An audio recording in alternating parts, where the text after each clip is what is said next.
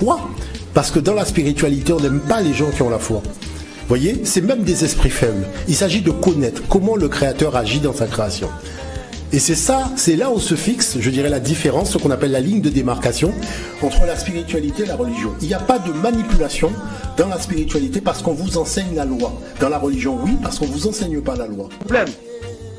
L'Asie, la Chine et l'Inde n'ont pas eu besoin du christianisme et de l'islam pour être là où ils sont. D'où vient-il que les Africains soient accrochés au christianisme, à l'islam pour s'en sortir? Que dans cette image, Jésus il est marié avec Marie de Madeleine, il a une descendance, donc c'est un homme tout à fait comme nous, pas le fils de Dieu comme on l'entend. Quand les Européens vivaient encore dans des huttes, étaient extrêmement primitifs, ne connaissaient ni l'astronomie, ni la philosophie, absolument rien. Et alors qu'en Afrique, c'était déjà extrêmement développé. Après avoir réfléchi plusieurs années, et j'ai compris finalement que tout ce que nous sommes en train de faire, c'est de la distraction. Il faut sortir véritablement de cette adolescence retardée pour mettre en place des mécanismes, encore toucher des questions de fond et trouver des solutions de fond. Et ça... Nous sommes sans doute en train de vivre la fin de l'hégémonie occidentale sur le monde. Si on continue à faire comme avant,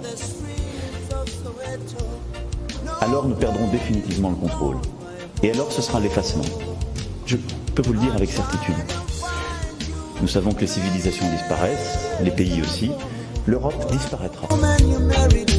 Merci Nabinos Bozu du Bakwa Kolanda Face Télévision, émission Identité Nouvelle. Moi quoi émission il est à Face Télévision chaque vendredi à partir à 16h30, puis samedi 11h30. Et si ko wapi to saka pinza ne sengo ya kozala liboso ya ba itando ikena bino pona komeka mpe ko solo la bebete ida nevo ezali moko ya émission o ezali ko pesa penza batuma loba e bongo lelo to zabiso mon côté to zali elongo na moko na ba papa na biso moko ya batu penza oyo bazali ko loba bo solo ni kambetali christianisme na kati ya mboka na biso esika pi to yambie lisusu moko na lelo pona komeka mpe ko sola ko talisa biso ete christianisme koma christianisme ebomi moto moyindo na kati ya mokili ebongo esika avant to banda penda masolo na biso to koleka na ko découvrir invité na biso to pesie mbote tata konde mbote na bino bande ko balandi obisika biso bino bozwami kimia ya nsambe ya bakoko ezala na bino opesi biso pe kombo to yebayo ezala bande ko mususu mbali boso ya kozwayo penza ya kozwayo na baitando ike matondo ngai komona nga lobola lo ipanza kombo wale o menongo lobola lo bilunza voilà. Donc wana kombo na ngai ba mosusu ba ebelinga na kombo ya croyant africain OK ba benga kangunza lobola ba mosusu ntoma lobola mais mingi to kosepla ba benga biso chenuti lobola elakisi oyo abwaka kambuma mbuma iye ikopesa ka ikobota ka banzete chenuti lobola. Merci beaucoup papa Lobola toza pena sengo ya koyamba na kati ya plateau na biso malgré sali penza mikolebele tozanga kio penza na kati ya plateau na biso ya Ida Nevo. Papa Lobola uti kolanda penza tozai koloba mama likambo na biso to komeka mpe ko sola penza na avant midi mokona lelo likambetali christianisme ebomi moto moindo. Tant que tu as le christianisme bomi moto moindo est-ce que christianisme et yaki karapona moto moindo to yaki pona ba race nyos matondo mingi na tata na biso tata konde matondo na bino bande ko balandi pasi tozali na yango ezali kaka ke mutuna utuningai certainement euti epana yote ezali mutuna oyo batu bamitunaka nsoka na nzela na yo mupanzi sango ozwi yango pe oye kotuna biso yango tozomeka ko yanula yango nsoka mutuna wana esengelaki ezala mutuna te pamba te soki moto mwindo azalaka mutu akokaki jamais komituna mutuna ya bongo moto mwindo amituni mutuna wana kaka po ete asi akoma nyama ya baninga na ye bato. Christianisme eyaka pona mokili mobimba tope eyaka kaka pona baindu wana mutuna na bino tata Konde ata yo moko mutunani okoki kolakisa ye ke mwana ndengo botami boye tala papa na yo tala mama na yo. Donc à l'âge de 18 ans tango bandi kokola alingi abota soi-disant on convertir ye pour kolakisa ye tala mama na yo tala tata na yo. Nzambe tata Konde azali papa azali pe mama ye moko nzambe. Lolenge moko mwana soki auti kubotama okotalisa ye te ete mwana tala papa tala mama okotalisa ye yango te pamba te kaka ndenge azali kubotama nde azali koyeba nani abota ye na ngambo ya bomama pe na ngambo ya botata. Ekosenga te na yo mutu okende kotalisa epa ya moninga na yo mutu papa na yo yeyo mama na yo yeyo esalema ata epa ya mutu moko te. Tokoyeba ye tokoyeba bango papa pe mama kaka ndenge tozali kobotama. Ndenge moko ezali epa ya baboti oyo ya musuni ndenge moko ezali epa ya nzambe. Personne, mais alors personne n'a le droit de venir prêcher à un autre peuple ou à une autre communauté à connaître Dieu. Personne n'a le droit de le faire. Parce que tous sont censés le connaître du plus petit au plus grand.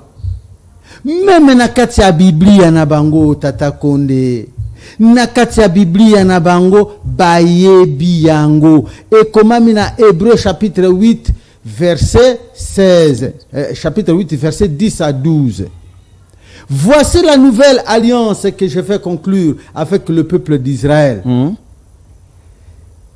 Je mettrai mes lois dans leur cœur, je les graverai dans leurs esprits. Et plus personne n'apprendra à son prochain à connaître Dieu, puisqu'ils me connaîtront tous, du plus petit jusqu'au plus grand. Et je vais excuser leur iniquité. Donc, christianisme est koki kozala bonzambe na bisote tata Konde. Et koki kozala te pambate bako kona biso bayebaka bonzambe wana te. Ezali makambo euti na kati ya Bible tata Konde na livre ya Deutéronome, je crois chapitre 9 ou quelque chose de pareil. Balobi moto yo akoya kotangisa yo bonzambe oyo bakoko na yo bayebaki yango te bamba ye mabanga. C'est écrit dans le livre de Deutéronome.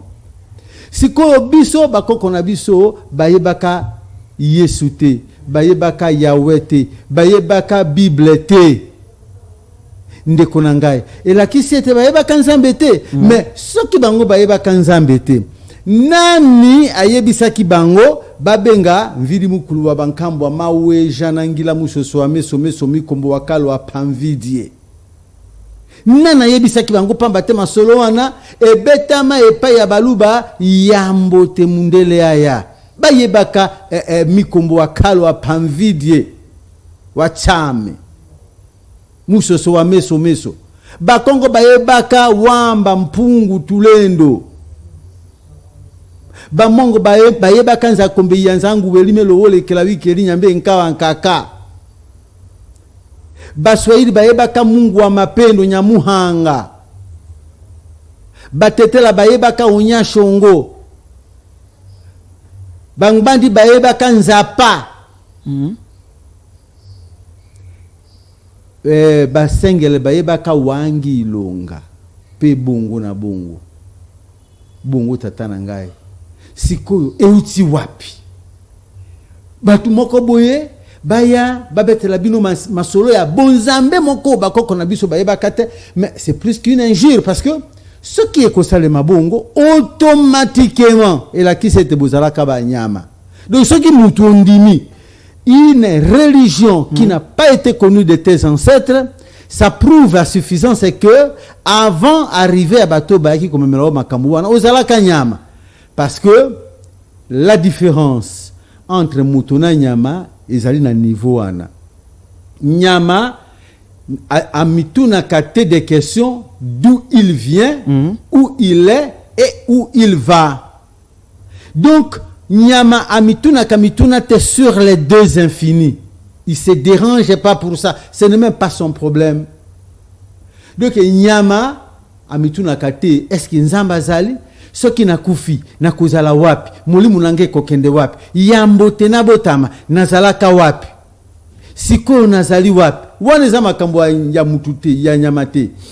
Wane za kama makambo ya mu. Maintenant, papa Lobola, tu sais que le likambetali christianisme, pona nini olingi, ba pasteur tepe, ba église te, ba sala nini. Parce que tant toujours ba christianisme lelo et même biso lelo tous na ba église, tous na ba pasteur, o ba ko sala pe makambo penza ebele na kati ya mokili. Matono mingi tata konde, kasi mutuna yango wana kakatata. Biso toboyi ba pasteur te. Biso pe toboyi ba église te. Kasi tolingi te ete bato baya kotangisa biso bonzambe. Pamba te soki basali bongo ezali injure, c'est-à-dire que balongoli biso bomoto. Bakomiso biso ba inculte. Pamba te moto oyo ayebi nzambe te azali bonyama, azali nyama. Alors soki moto mosusu auti eteni na ye ayebetela yo masolo ya bonzambe mosusu a commission nyama. Pamba te à travers cela, à travers ce prosélytisme à la kisio était soki ngai te mbele yo yeba kanzambe te nzoka kozanga koyeba nzambe ezali eta ya bonyama. Alors biso posa na biso ezali ke christianisme qui est une vraie religion et une bonne religion aussi esuka kuna esika yango euta tata konde. Donc pamba te na biso ba africain christianisme était pamba te moto oyo ayaki na christianisme mobikisi ya bayuda à se retrouver en face d'une Libanaise. À l'époque, bazalaki kobenga bango ba phénicien ou ba phénicienne. Moi si wana ya phénicie aye atuni Yesu alobi nkolo bikiselanga mwana nanga pambate na yo kisango ete ozali kobikisa bato. Yesu na kati ya bonzambe na ye ayebisi alobi te na yaka pona binote. Mais lokola mwana mwasi wana libanaise wana asalaki arabe amoni ete non mwana na ye sengeli abika pamba te elle était témoin de miracles a insisté alobi mais nkolobi kisanga ye Yesu alobeli ye clairement alobi nakoki kozwa mapa ya bana te na pese pa ya bambwa a traité mwasi wana ya libanaise mbwa. Mais lokola mwasi wana elle était désemparée nzela ya koleka ezalité alobi me bambwa bali ya kabiloko o ekuya kanase ya mesa ya bana bakonzi nde wana Yesu atali ya seki alobi oh mama kondima na yo ezali makasi esalemela yo bo ezali kondima na yo qu'il te soit fait selon ta foi. Donc abikisi ye non pas par sa mission mais abikisi ye pour à la fin balobaki mwana mwasi wani pareil abikaki par sa propre foi. Et ça lokola médecin ake ayebisio que papa yo na malaria ngana sana kisa malaria te docteur kozanga yangote alobi te nazana yangote. Alors médecin atali foi na yo a utilisé le fait placebo ake ya pesio aspirine alobi oyo sikoyo oyo na pokwa oyo lobi na tongo apesio ba aspirine pendant 2 ou 3 jours kende nzoka yango bikisa malaria te mena kati ya kondimana obiki ebele babika bongo. Donc Yesu ayapona bisote Matthieu chapitre 15 verset 24 à 26 elobi yango je n'étais envoyé qu'aux brebis perdues de la maison d'Israël. Alors et belé à bazoba o bayebi ni grec ni hébreu ba comme ba pasteur ka bongo. Alors wana ndako isika bazolanda biso alors dit mais côté mosusu alobaki ke allez-y par le monde, faites des disciples, des gens qui doivent me suivre, allez-y par le monde. Donc t'as la degré à bozoba. Mais le monde auquel Jésus fait allusion, ce n'est pas l'univers, ce n'est pas la planète Terre. Parce que yemoko Yesu ayaki kovanda na kiti ya bokonzi ya David. Or, Kokonaye David wana n'était pas le roi de toute la planète Terre. Ce qui a koya kovanda na kiti ya bokonzi ya David et la kisike esengela kinaye sala roi d'Israël. Parce que son ancêtre David n'avait pas gagné, dominé toute la terre. Donc Jésus ne pouvait pas être le roi de toute la terre, il ne pouvait qu'être le roi d'Israël. Et encore que l'herbe a lobby que Bayuda Bayambi était pouvoir naye et kei et pas ya bikolo mosu, c'est ça, bikolo ya Bayuda. Bikolo ya mokili mobimbate parce que et belé à Bakristo va soi-disant pasteur au batangate. Parce que tout pasteur au atangi ayebi grec ayebi hébreu ayebi histoire de l'église a connu que ça la débat wana na ngaité pas baté bayebi qui après la mort du roi Salomon royaume d'Israël sera qui divisé en deux parties moko secrétaire ya Salomon a vu comme on a Jéroboam parti mosusu mwana ya roi Salomon comme on a Jéroboam azwaki yango ndesiko esalaki le royaume du nord avec 10 provinces yango eboti ba samaritain na le royaume de Juda yango esali 2 provinces tribu de Juda na Benjamin d'où Yehuda c'est-à-dire Juda de l'hébreu et puis ce terme juif donc Yesu abota me pas ba juif alors ndé appelle ça qui promesse soki boyambi ngaite makambo oyo ekokende et pas il y a ba tribu mosusu ya bana Israël c'est-à-dire ekolanda ba samaritain banani nde ba européens disons les occidentaux oyo basala kike na Ruben mwana liboso azui Espagne, Siméon azui France, Benjamin azui Belgique, Gad azui Portugal, Neftali azui Italie, Dan azui Danemark, ba panzana bongo na bongo pe bana mibale ya Joseph bangonde basala ki Isaacson qui est les enfants d'Isaac basali la Grande-Bretagne. Donc makambo oyo ya Yesu etali bisote soki elongo epana bango ekoya en Afrique était. Regardez le mouvement, la trajectoire missionnaire de l'apôtre Paul. Égypte ezaka kapembeni wana akende kunate. Ninive ezali à quelques mètres kaka wana côté ya ba chinois akende kunate. Le voyage missionnaire de Paul élandi les enfants d'Israël parce que enfants d'Israël wana nde mindelo ba bingi occidentaux lelo ba oyo batikala kina Yehuda donc na Juda ba juif bango te kaka bango les enfants d'Israël enfants d'Israël ou les enfants de la promesse bango nde ba tondi lelo na Europe ba récupérer Europe ba mususu ba kei ba boma ba amérindien ba zwana Amérique bango kaka balongwa Amérique latine batonda kuna tina Argentine ndengo moni papa wa Roma wana ye bakoko na ye ba saba italien bakende kikuna kokene ba mususu ba boma biso na Afrique du Sud bakende kovanda kuna ils ont colonisé toute la terre ba mususu bakende epa ya ba aborigène na Australie bakende kuna ce sont donc Yesu soki ayaki pona bango donc mission ya Yesu oyo walobaki ke ekopanzana mokili mobimba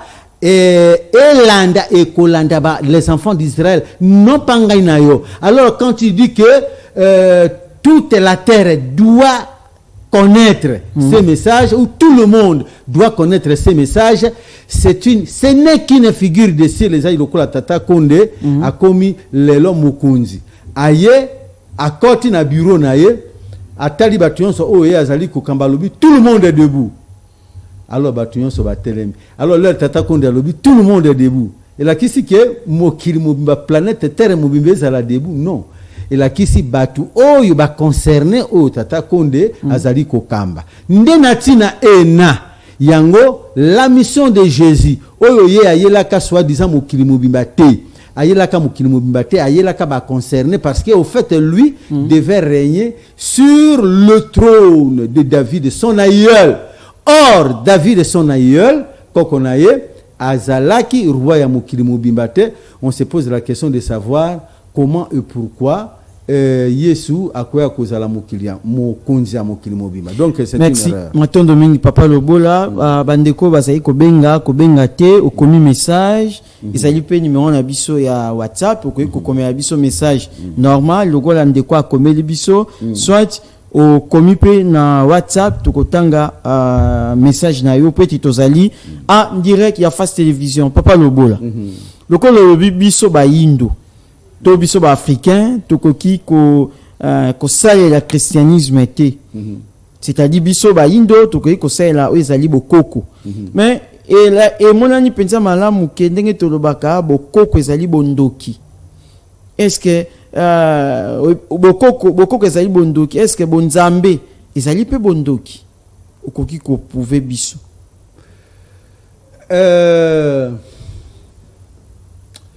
Pas si peu mawa. D'abord, dans un premier temps, bande konangai.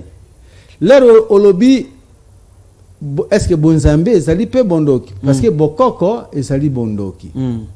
Ndenge to kwaka to bi bokoko ezali penza bondoki.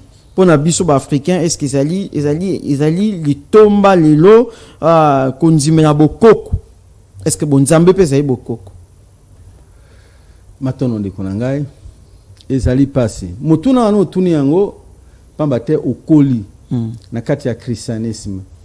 Donc soko kola kana kati ya christianisme te déjà conception wana ya bonzambe elinga ki ezala bongo te. Tata Konde kanga lelo na mutuna yo était Satan le diable azalaka te mutu oyo soit disant Satan le diable ennemi en Nzambe être moko boye Nzambe asala ye parce que on ne peut pas comprendre que Nzambe kozala mo Christ pasi pe mawa on ne peut pas comprendre que Nzambe asala na ennemi mutu moko boye akokakate di mutu moko boye abundisa kabana na ye amati kuna na lola asema désordre et pas kasomo na pagaye Nzambe akoka ete babunda na Nzambe au point que Nzambe a kinissé na awa parce que comme dans Apocalypse chapitre 12 malheur à vous la terre parce que l'ennemi est tombé auprès de vous. Est-ce que tu peux imaginer une telle chose? Mais franchement, le christianisme c'est une folie à la limite hein? Il parle de quel Dieu? Nzambe bakoko na biso bayebaka Nzambe oyo ya wangi ilonga nzapa a Congo Nzambe oyo ya mayali mampa yali mpolo yali mpehe yali vitali yali mekwa yali menkondo yali nzo yali lo imilonya imotoko yali malomba ihanguma yali pelewanga na yali nkamba impembe makeli mulamu lokanga motaki na nkamba lokendelinge na wole na ngo yambe mwanzeli menzala nkangelium Nzambe bango basambelaka Nzambe oyo ya mfumuki mbango. Comment on peut imaginer une telle folie? Nzambe azala na ennemi moko boya kokakata et puis Tata Konde et puis visiblement c'est comme si ennemi yango na c'est vraiment son ami. D'abord aboma bato le Dieu de la Bible là qui est un véritable assassin aboma bato na époque ya Noé au lieu qu'à profiter aboma Satan le diable atikiye mokili mobimba ezinda bato nyonso to bakufa pour Satan a kosa kibango. Mais 8 personnes avaient échappé, Noé et ses enfants et ses épouses. Seul, celui qui a échappé, c'est Satan le diable. Nzambe a bomi batu ebele nakatia na Égypte au soi-disant peuple élu naye. Il fallait babimana boumbu. Mais Nzambe yango akirana ba égyptien kakaye mais aponi son peuple élu za lokula wa Tata Konde ozana bana na yo botima ozana mwana oyo ya bolingo. Je serai dans le devoir ya kutuna yanga pe tata ya bolingo azalaka wapi parce que ce Dieu là s'est disqualifié. Ce n'est pas le Dieu qui nous porte dans son cœur. Il a son peuple élu. Il a son peuple élu. Alors maintenant, c'est quoi? On a Michée chapitre 4, verset 5. Michée chapitre 4, verset 5. Ou alors, ça, comme on y a dans Michée chapitre 4, verset 5, qui était comme on a dans Michée chapitre 5, verset 4, quelque chose de pareil. Bon, comme on a Kuna Bible et le chaque peuple a son Dieu. Et nous cheminons au nom de Yahweh notre Dieu. C'est clair. Donc nzambe wana azali nzambe walinga kabiso te. Et puis nzambe yango mokili e baby. Alors pour qu'il a sauvé mokili, abomi mwana nae. Parce que soi-disant mwana nae akobi ki sa mokili. Mais vraiment c'est un Dieu malade. C'est Dieu-là de la Bible, il est malade parce que la chose était si facile. Il aurait pu tout simplement tuer Satan le diable qui trompe le monde. Talanige bazo tungisa kuna bazo benga na télévision wana pesa bango kada banigolaga et ama wapi pasi. Au fait c'est Dieu là azali nzambe te parce que soka zala kanzambe akokaki jamais ko permettre biso tout raconter makambo biso toujours raconter. C'est une chose immonde, une aventure montée de toutes pièces par l'homme blanc. Parce que Dieu, qui est justice, qui est amour, jamais a koki ko mutuma ko boya bomakayete azui soi-disant fils unique yaye. Et alors que fils soi-disant fils unique yango yaye ala kisa kibiso tout semble que notre père qui est aussi, ça dit que nangai na yo tata konde tozali na tataka kamoko kaka nzambe wana. Raison pour laquelle ayebisi biso que tout semble ka notre père qui est aux cieux. De l'autre côté, Abalou qui a lobby, Bible lobby non, il est le fils unique. Mais qu'on soit quand même sérieux. Soyez quand même sérieux. Donc alors Satan n'existe pas ndekunangai. Et donc namabe namalamu ezali nzambe.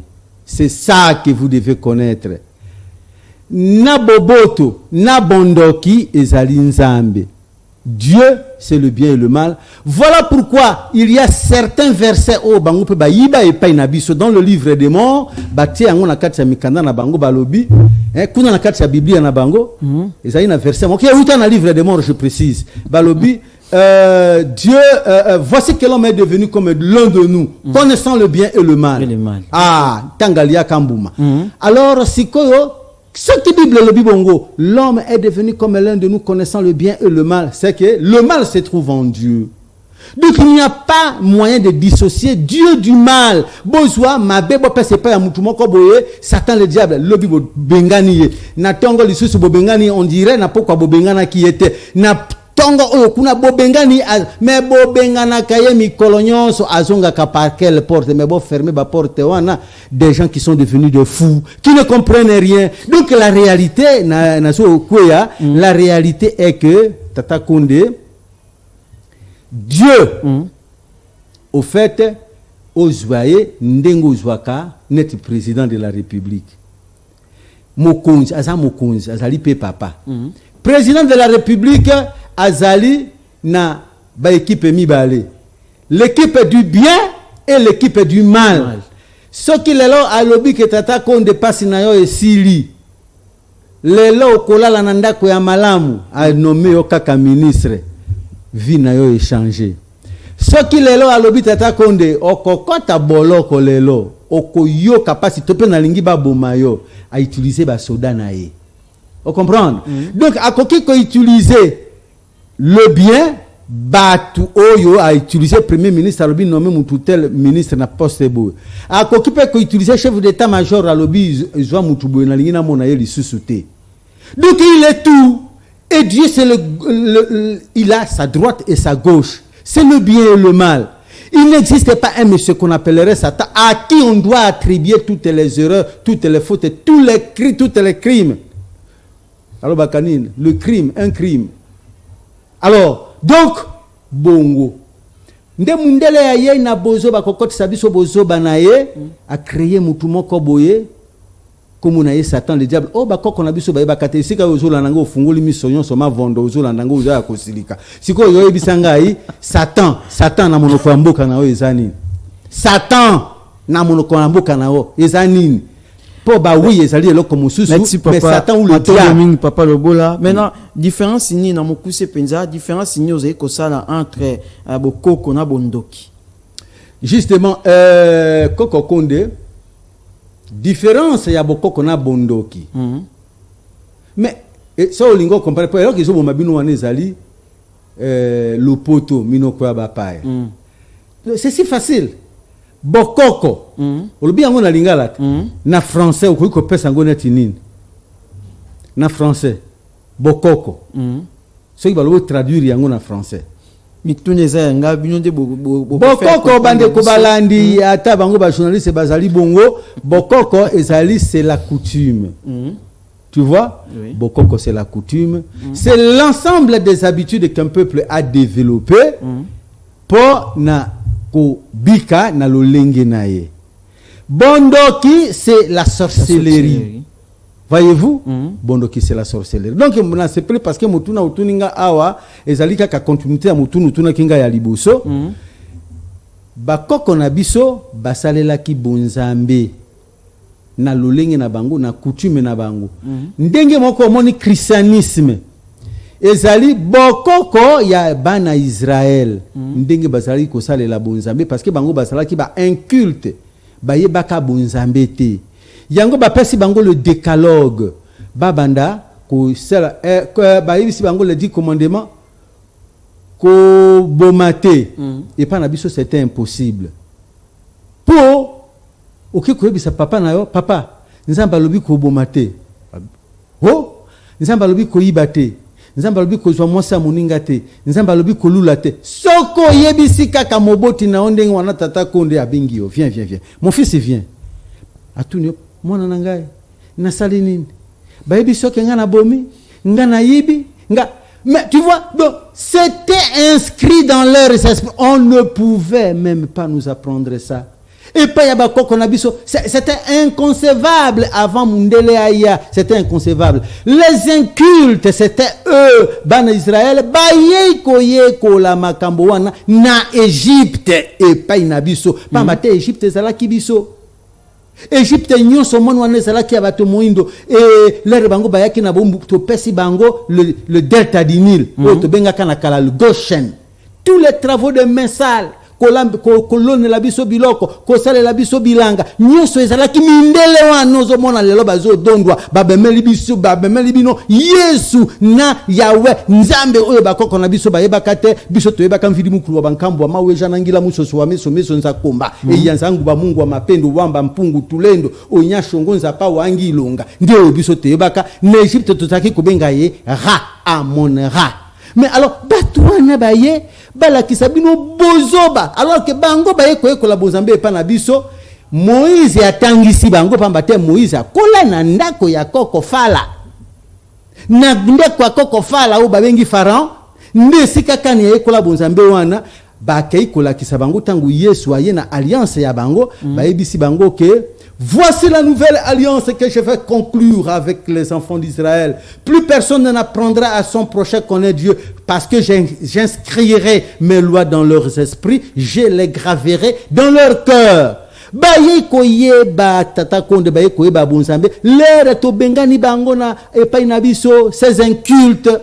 Et ce sont ces messieurs à qui nous on a appris à connaître Dieu qui sont revenus avec la même histoire baya kotangisa biso bonzambe wana Koko Konde Yesu oyo kakawana balatisa yena mama na ye couronne ya disque solaire bazwa yango epa na biso pamba te Ausar o babengi Osiris bazalaki ko considérer comme le fils de Dieu le fils d'Amon-Ra donc le fils du soleil donc ye Ausar azalaki na mwasi na ye Aïsata Isis na mwana na bango Heru Horus donc bazalaki la trinité le père le fils et la mère et si kaka no yoki église catholique na église protestante bazui la trinité et ute epai na biso ben culte wana totangisa bango nyonso totangisa bango cette trinité là ndesi komoni Yesu abimina disque solaire wana matondo na suki sabolini bolini sina suki se sika wana soki oyoki ke atambola likolo ya mai bazwa yango epa na biso pamate Aïssar Osiris atambola likolo ya mai abotama na Sainte Vierge Osiris abotama na Sainte Vierge azalaki na 12 apôtres Osiris azalaki na 12 apôtres akufa à ce que le 3e jour Osiris akufa à ce quoi le 3e jour azalaki trahi par un de ses disciples Osiris azalaki trahi na chiffon disciple na ye amata na likolo akei kozela batu asambisa bango kuna Osiris est monté dans la constellation d'Orion dans la constellation de l'Orion où il est allé attendre les gens pour les hommes pour le dernier jugement. Le tout est une copie de ce qui toza complicité na régie tokozwa première vidéo et siko wapi bazali kotalisa biso quelle est la taille il y a l'univers ibongo tokozonga epa ya na lingaki matondo mingi koko na lingaki esika wana avant ba tiela biso vidéo wana na lingaki bandeko ba comprendre que bozo bawo nyonso tu ba passer ba sakaneli na bango po bayibi bonzambe te biso tozali contre Yesu te mais Yesu akoki kozala nzambe te parce que dimension ya bomoto ya Yesu en tant que mutu mundele moko boya botama na Israël siko mundele wana azala nzambe alors que le monde est infini de konangai mokili ezali sukate donc bozwa mundele moko boye botia ye akoma nzambe alors que Nzambe, c'est un être immanent au monde. Il est entre le premier infini, le moins l'infini et le plus l'infini. Il est le microcosme et le macrocosme. Azali suka ya moke ya biloko o ezanga mike. Muke ya Nzambe, ezanga suka. Munene ya Nzambe, ezanga suka. Siko, ba comprendre que Nzamba koki kozala mutute. Parce que Nzambe azali elima. Oyo azanga ebandeli azanga suka pamba te royaume naye c'est l'infini, c'est le royaume de l'infini. Oyo jamais ekoki kozala un individu soi-disant le Dieu que les blancs ont fabriqué. Tolandi vidéo bongo tokozonga tout juste après.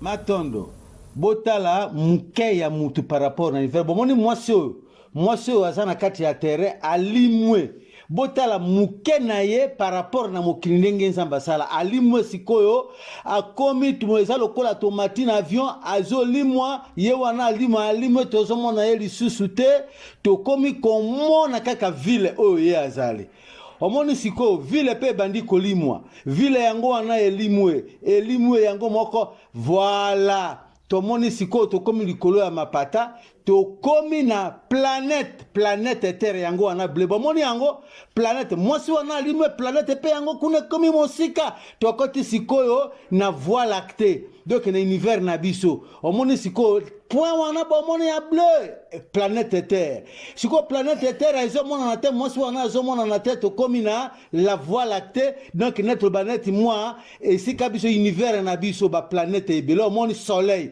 sikoyo soleil yango wana ezali ngengisa ba planète ebele soleil ye moka alimwe atikali ka galaxie na biso voie lactée alimwe atikali soleil son omoni lié wana son soleil na biso ebandi kolimwa ba soleil ekomi ebele donc ba soleil ekomi ebele voilà soleil yango wana emonani na ba soleil ebele omoni donc mokili eza munene moi ezaka ka moko obozo mona te ba moi yango wana omoni ba moi ebele oyo ya biso ezo talisa biso longengo elimwe ekomi ebele omoni ba moi nyonso wana bozo mona ezali ba moi botala ba moi ebele et formé siko ba galaxie ensemble ya ba moi ya ba système solaire ba bengi yango ba galaxie omoni siko eza des milliards de galaxies ba galaxie donc ensemble ya ba système solaire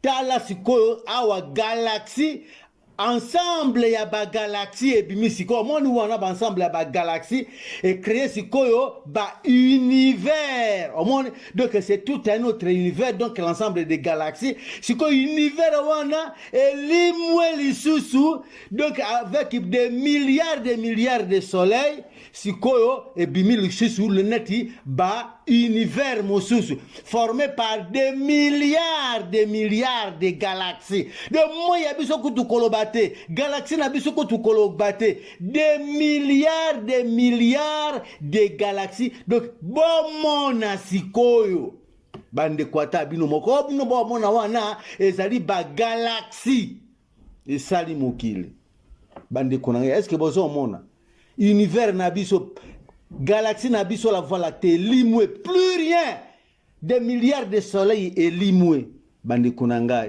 sikoyo mindele baye balobi o nyonso wana bozo mona wana eso c'est formé des galaxies des univers de comparer yango na planète Terre bande konanga ezo continuer de mokili ezo tambola kaka ezo tambola galaxie moko na ba milliards de soleils. Mais la galaxie est belée comme des milliards de galaxies, comme des milliards d'univers. Parce que nous vivons dans un multivers. Tozo vivre dans un multivers, bande konangai. Voilà. Donc, c'est comme moi, c'est automona kiwana. Par rapport à munene ya mokili. Par rapport à munene moe. Ça continue, le voyage continue. Le voyage, voilà. Donc, wana.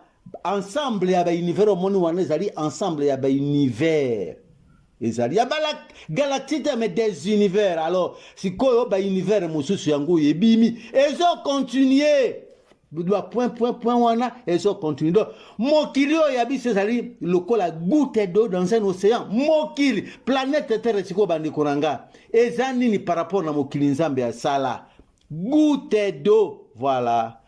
Nyonso wana mindele balobio moyuda moko mboka na yekuna na Israel yende asalaki yango batu mundu pe mosusu balingi bayibisa biso mfumu kimbangu nde amone sika tozo yokana te eza mawa matondo mingi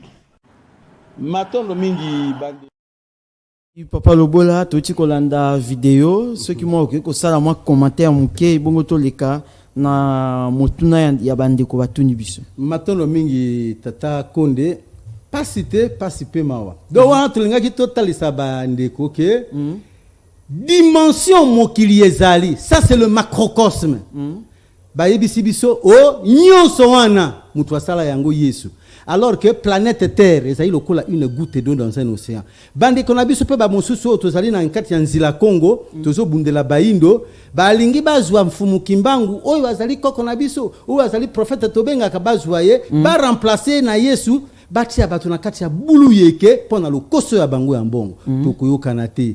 Donc Nzambe n'a rien à voir avec tout ça. Nzambe azali infini. Pourquoi? Parce qu'il est le maître du macrocosme. Oh mona kiwana munene ya mokili soko zwi mokili na munene na yango planète Terre ezali ndengo moni océan ozwi goutte moko na kati ya océan nde planète Terre siko ba yebisa biso ke moyuda moko boye ya mandefu yende mutasala biloko wana. Ça c'est plus qu'une folie.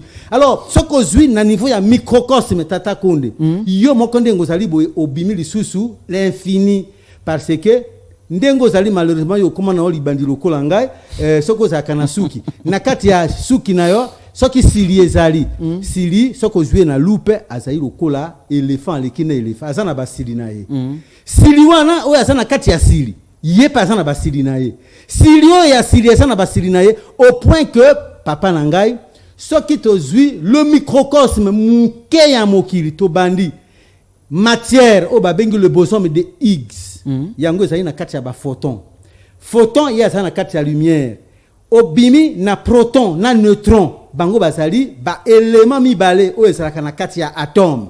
Tu ne peux pas imaginer eza na muke ya ndenge nini atome ye moko azali suka ya muke pour kolongwa na atome okoma na molécule. Donc ezo mona na telo papa mokili ezali suka te parce que il y a des histoires o ezali na muke ya 1,765,10 exposant moins 37 kg, c'est-à-dire que likanis azam muke lokola likanis omoni nego zaboye okanisi chambre na esi kolalaka est-ce que mutu akomona yo kuna menso kokoma ki kuna na likanis. Donc dimension ya likanis na yo ezali matière mobimba mais ezala muke ya ndenge nini eza muke kolekana boson de X wana, c'est-à-dire que ezali muke ya suka. Tu ne peux pas imaginer la petitesse de Dieu. Or Nzambe koleka neutron, koleka proton, koleka boson de Higgs, koleka quark. Nzambe azali tikuna. Muke. Bon, tela sikoyo munene na ye. Donc, sikoyo zwa, ndekonanga, zwa depuis le boson de Higgs. C'est-à-dire que le 0,000 octagramme.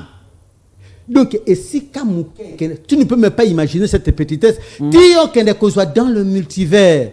Et vous venez là, les bandits viennent vous raconter qu'un juif aurait créé tout ça parce que Balingi va dominer Mokili. Maintenant, papa Moko, papa Landu depuis Kintambo, à Tuni Motuna Lobby. Pour Nabiso Bayindo, Nzambe Nabiso Azali, Simo Kimbangu, mais pourquoi Makila ya Simo Kimbangu Tilelo, ils allaient représenter et pas Yabako Konaye.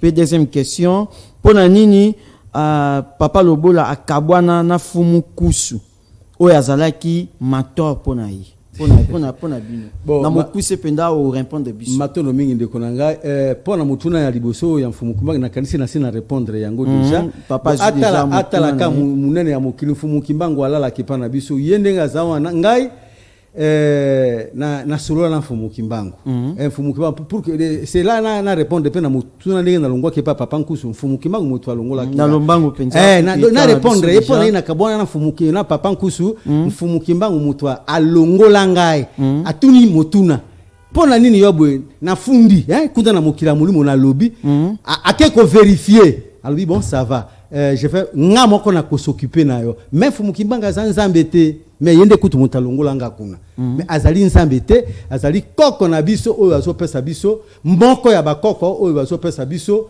mayele oyo tozali koloba ndenge moko na baelimi nzali nkangeli yombo donc bazali ebele kuna na mokili ya mulimo ya bakoko na biso bango nde basongaka biso donc aza nzambe te matondo ndeko na nga maintenant tokozwa deuxième vidéo ici ko wapi papa Lobola kendaki Dubai bongo toko tuna epe motuna akendaki ko sala nini kuna na Dubai est-ce que Dubai yango ezali bisika oyo papa Lobola azali ko boya christianisme est-ce que tanga ke na mboka ya arabe est-ce que kunde bisika ezali source pona ye to koma tokozonga après vidéo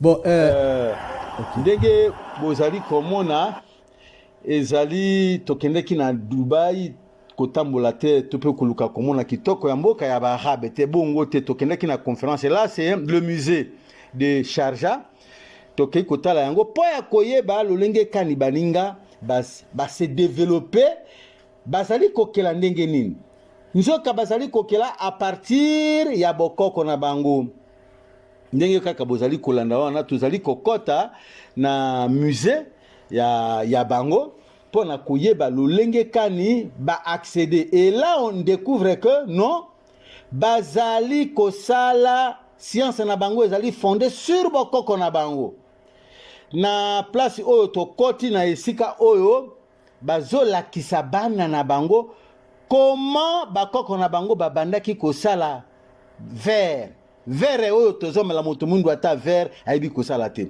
nzoka bango babandaki kaka na bampoke le pot la poterie de o bolanda wana nde ebandeli ya kosala verre na po na argile na kaolin balongo wana bamoni ke bakoki mpe koutilize zelo à partir ya sable basala verre voilà en utilisant le four voilà non moni four moni mutu wana azo fula bazelo pour que bimisa verre donc toute la technologie voilà donc toute la technologie cachée et bombami na bokoko donc à partir ya bokoko ndebo accéder dans la vraie science donc université et pesa kabatu mayele te université et fungola kabatu me mayele uti na bokoko awa ndenge bozolanda ba image wana to comme na planétarium na université de Sharjah poto keneki kuna ba conférence sur conférence donc awa tozala ki invité na université de Sharjah et si kakani to ke ba arabe ba kende kotali sabana na bango mokili donc les planètes et univers ndenge ezali donc contrairement na awa ba pasteur batu ba mabana chaque dimanche na église mais bango bazo mabana na bango na ba université batanga batala mokili voilà de konangai makambo ndenge ezalaki bongo tokendeki te tourisme tokendeki nde koluka boyebi toyeba ndenge nini kolisa mpe bana na biso bazwa mayele. Matondo mingi ranizali voyage ya Papa Lobola kuna na Dubai. Papa Lobola okendaki na Dubai kosala nini? Est-ce que kunde zali bisika okendaki kozwa kisi na yo to koma na mboka ya Arabe to ndenge? Matondo mingi ndeko konde na matumoli na yo. Omoni pasi na biso bato mundu yango wana. Na ebandeli émission, tu es bisa ki que le christianisme c'est une vraie religion. Mais une vraie religion pour les enfants d'Israël, c'est-à-dire les juifs et les européens, les occidentaux pour ils allaient religion bonzambe abakoko na bango. L'islam c'est la même chose. L'islam c'est une vraie religion pour les arabes. Mais ceux qui motomoindo akoti na islam akomi ndoki, soki motomoindo akoti na christianisme akomi ndoki, soki chinois akoti na islam tope na christianisme akomi ndoki. Yango omoni na mokilio nzambe asala batu nyonso bazali na bonzambe kaka ya bakoko na bango. Ba indien lelo bazo zwabino na misala bazali na hindouisme, bango ba arabe bazali na misala bazali kotonga soko komi na Dubai komi na Sharjah net wana tozalaki na Sharjah après Sharjah chez Ajman Abu Dhabi tiko kende bongo na bongo.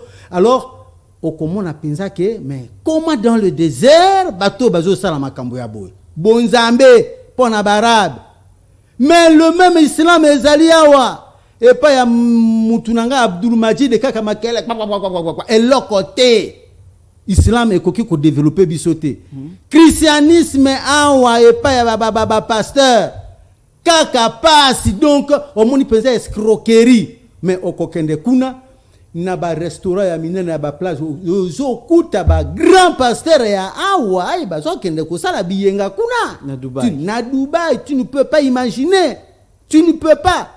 Donc hindouisme pour les Indiens, le shintoïsme pour les Japonais, le bouddhisme ou le confucianisme pour les Chinois, l'islam pour les Arabes, le christianisme ou le judéo-christianisme pour les enfants d'Israël, c'est-à-dire les occidentaux.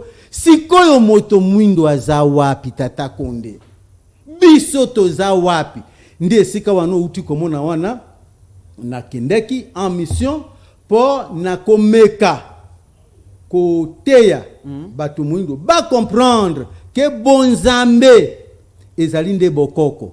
Soki moto obungisi bokoko, obungisi kokela, obungisi bonzambe, obungisi mayel. Aucune invention ne peut sortir en dehors de l'inspiration divine. Bokotanga ba université ata ndenge nini, bokokisa lelo côté parce que pour que bo sala bakoko nde batu ba ko inspirer bino. Donc en dehors ya bokoko na bino bozali na kati ya liwa. Nde yango tozo sanga na bino bande ko balandi. Na bisika bino bozwami bo comprendre que biso pe tozali batu. Ba pasteur na bino bakendeke kuna tala tokutani na bango ebele bazo escroquer bino awa. Mais biso tozali na ba église te, tozali na mwa bisika oyo tozo tangisa maate. Tosala kan nkutika te, do mabonza ezali te. Ba tokendeka soki tokutani boye totangisi bino nzambe asala mokili ndenge nini. Soki okufi okozala wapi, moto abimela wapi. Ye moko nzambe est-ce que milakisa kina bakoko na biso te pa milakisa kina bakoko na biso te. Christianisme ezali nini, islam ezali nini. Kuna tosali mo cotisation pour que to ya ko lukamwa lolenge kani to koleka na télévision. Mais to komi kuna et pa ya barabe to tamboli na poto to mbongo ya nkutika ezali te. Oyo ba pasteur bazui escroquer bino awa. Nzala pe ekota kananda kona bisote. Sikoyo Yesu pe akoki kotia makolo na lopango na ngai te. Sikoyo tobika kandenge ni. Est-ce que vous comprenez? Donc bolongwa na bozoba wana tata na ngai c'est juste ça fait le mois passé c'était au mois de novembre que j'étais à Sharjah à Dubaï na luki église tata ezalité. sauf ba africain baza na mwa ba sale na bango ba kende ke ba futeli ba koti na dimanche ba koti be o kende komona croix église orthodoxe mo keza na charge ba tupe ba kota kate. Mais na kati ya ville de Dubaï mosquée na ba kwanyonso Yesu na luki ye azalite alobi akoya ko juger mokili a juger d'abord ba chinois o bandima kayete a juger ba arabe o ba yebi yete lokola nzambe pe mobikisi a juger ba indien o bazozwa bino na misala awa. Après ce que c'est que juger bango nde ya kotela makambo ya biso ba Matondo mingi papa lobola bozo bana bozo Matondo mingi papa lobola au PC numéro na yo pe au répondre na mukuse penza est-ce que lelo eza possible ya ko bongola pe mibeko likondi pona kokoitsa bokoko na kati ya mibeko na biso PC pe numéro na yo ngome mangala makambo wana te toke na politique te OK ça va na mukuse penza baye balingi batanga maat epa na biso totalisa bango ke Yesu aza nzambe te ezali aventure ya mundele et puis bolongo la somo wana bolongo parce que ce qui Yesu aza nzambe mbele biso tozali te to mosala yo 20 ans tozana kati ya yango ba muso baloba wana ke o ba we pona pema boyebisa alongola pema na lelo comme ça tata Konde aya lobi aloba na bino ke pe melongo akoka kolongola yango bolongola nde somo ya Yesu wana bolingi bozwa biso botanga bonzambe ya solo 081 41 26 893 tozongeli 081 41 26 893 Matondo wana bokoza biso pe na WhatsApp tokotindela bino pe na ba livre tokotalisa pe bino esika tosanganaka le dimanche na 8e rue industrielle Matondo mingi papa lobola totondi bino penza ndenge boyaki ko répondre lisusu na invitation na biso mokona lelo ebongo tokolanda émission na biso lobby dimanche na ba chaîne oyo papa lobola le karalogwa na Central TV pe na BRT Africa mokona lobby dimanche esiko wapi tokokuta yango bongo Matondo mingi na bino pe bolandi biso tika ete nzambe ya bakoko za na biso tokutani prochainement na maso mususu ya sika. Merci beaucoup. Matondo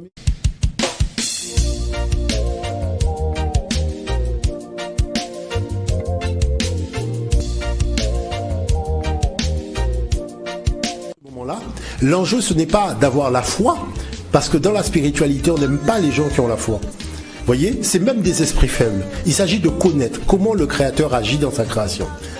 Et c'est ça, c'est là où se fixe, je dirais, la différence, ce qu'on appelle la ligne de démarcation entre la spiritualité et la religion. Il n'y a pas de manipulation dans la spiritualité parce qu'on vous enseigne la loi. Dans la religion, oui, parce qu'on ne vous enseigne pas la loi. L'Asie, la Chine et l'Inde n'ont pas eu besoin du christianisme et de l'islam pour être là où ils sont. D'où vient-il que les Africains soient accrochés au christianisme, à l'islam pour s'en sortir? Que dans cette image, Jésus il est marié avec Marie de Madeleine, il a une descendance, donc c'est un homme tout à fait comme nous, pas le fils de Dieu comme on l'entend. Quand les Européens vivaient encore dans des huttes, étaient extrêmement primitifs, ne connaissaient ni l'astronomie, ni la philosophie, absolument rien. Et alors qu'en Afrique, c'était déjà extrêmement développé.